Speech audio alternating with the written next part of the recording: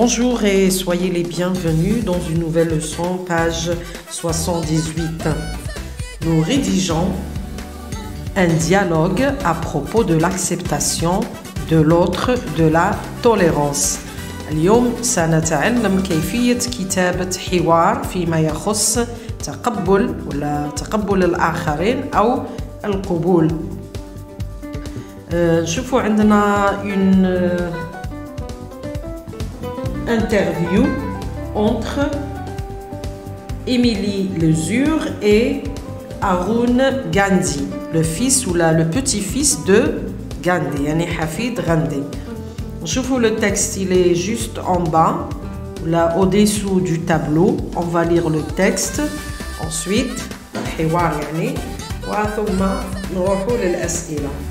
Alors, Émilie Lesure, comment définissez-vous le nouveau concept de non-violence en ce début du XXe siècle?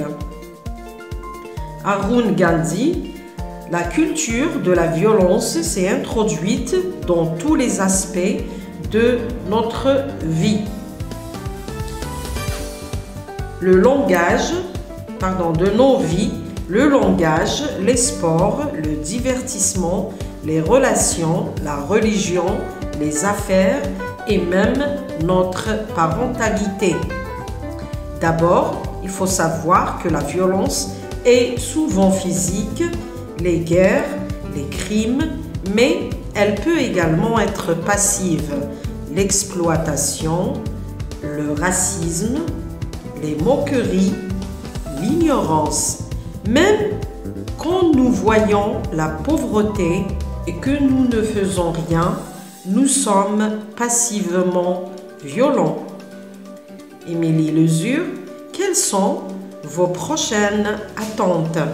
Haroun Gandhi, je me considère comme un agriculteur de la paix, comme un agriculteur qui plante les graines et prie pour obtenir une bonne récolte. Je sors et je plante des graines de paix et de non-violence dans l'esprit des gens. J'espère et prie pour obtenir une bonne récolte de militants de la paix. باللغة العربية إيميلي ليزور بدأت بطرح السؤال. كيف تعرفون التصور الجديد للا عنف في بداية هذا القرن، يعني في القرن ال21؟ ثقافة العنف ظهرت في جميع ميادين حياتنا: الخطاب، الرياضات، الترفيه، العلاقات، الدين، الأعمال، وحتى في أبوتنا. أولاً، يجب أن نعرف أن العنف غالباً ما يكون جسدياً، الحروب، الجرائم، ولكن يمكن أن تكون أيضاً سلبية: الاستغلال، العنصرية والاستهزاء والجهل أيضاً. وحتى عندما نرى الفقر ولا نفعل شيئاً فنحن عنيفون بسلبية. ما هي توقعاتك المستقبلية؟ أنا أعتبر نفسي زارعاً للسلام مثل الفلاح الذي يغرس بذوراً ثم يصلي للحصول على زرع جيد. أخرج لأغرس بذور السلام واللا عنف في أذهان الناس، وأتمنى وأدعو أن أحصل على زرع جيد من المناضلين من أجل السلام. نروحوا les questions. السؤال الأول: quel est le message transmis par le petit-fils de Mahatma Gandhi dans le texte؟ يعني ما هي الرسالة الموجهة من طرف حفيد مهاتما غاندي في هذا النص؟ نقولوا نبداو le message transmis par le petit-fils de Mahatma Gandhi dans le texte.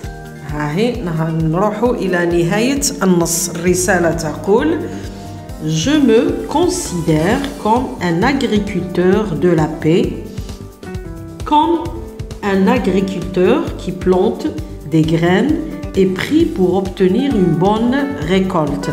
Je sors et je plante des graines de paix et de non-violence dans l'esprit des gens. J'espère et prie pour obtenir une bonne récolte de militants de la paix. Deuxième question. D'après ces déclarations, par quoi doit-on combattre les inégalités؟ يعني حسب تصريحاته كيف يمكننا محاربة la مساواة. Alors, d'après ces déclarations, on doit combattre les inégalités par la non-violence. يعني نحارب العنف بلا عنف. Troisième, complète le tableau suivant après une relecture du texte. بعد إعادة القراءة أكمل الجدول التالي. عندنا le thème هو la non-violence, la عنف. La thèse de l'auteur هي il faut combattre la violence par la non-violence, محاربة العنف باللا عنف. Les arguments, les arguments قلنا نبداو بلي كونيكتور. عندنا d'abord حتى للنهاية وعندنا أيضا mais elle peut être également هنا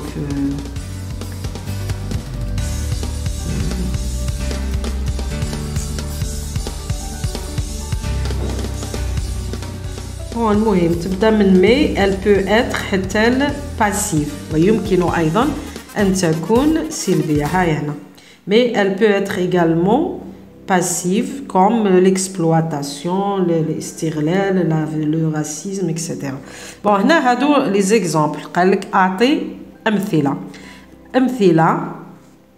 هنا في d'abord عندنا كيما comme les guerres, les crimes, ومن بعد عندنا في mais elle peut être également passive. هنا عندنا l'exploitation وأيضا les moqueries, l'ignorance, le racisme, etc. نروحوا activité 2. Complète le dialogue suivant. أكمل الحوار التالي. Pourquoi a-t-on accepté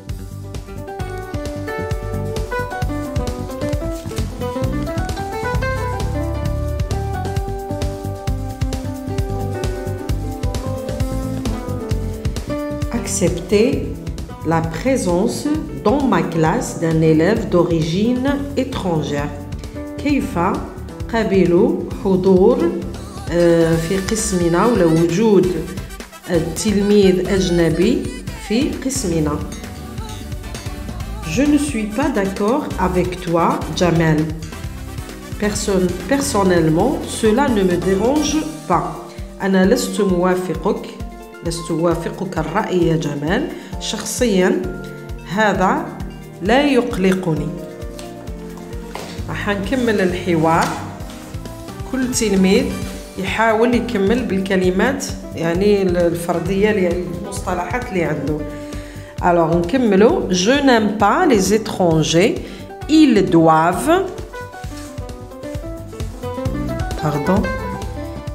doivent rester dans leur pays. أنا لا أحب الأجانب. يجب أن يبقوا في بلادهم. C'est grave ce que tu dis. هذا خطير. أنت تقول شيئا خطيرا. Nous sommes des musulmans et nous devons lutter contre les préjugés raciaux et les attitudes intolérantes. Tes pensées sont racistes et franchement cela m'inquiète beaucoup. يعني نحن مسلمين يجب أن نحارب الأحكام المسبقة العنصرية وأيضا المعاملات المرفوضة. أفكارك عنصرية وبكل صراحة أنا قلق بهذا الشأن كثيرا. نشوفوا l'activité 3. Tu avais posé 3 questions à un représentant de l'association Salamouna sur la violence dans les stades. Réécris les réponses effacées. Bon, هنا حوار أجري بين أحد التلاميذ والجمعية اسمها سلامونا، وأحد التلاميذ مسح الإجابات. المطلوب منك أنك من خلال الأسئلة اللي موجودة في الجدول رايح تعطي إجابات. Alors, première question, que pensez-vous de la violence dans les stades؟ ما هو رأيك في العنف داخل الملاعب؟ La situation est devenue inquiétante, il faut agir. الوضع أصبح خطيرا ويجب التصرف. Deuxième question, d'après vous, à quoi ce phénomène est-il dû؟ يعني حسب رأيك عما نتجت هذه الظاهرة.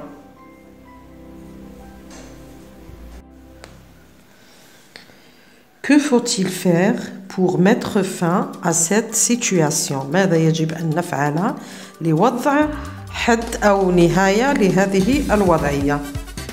Pour stopper la violence dans le sport, il faut sensibiliser les supporters et les sportifs de tout âge aux valeurs du sport et de redonner à ce dernier ses lettres de noblesse, de respect et de fair play.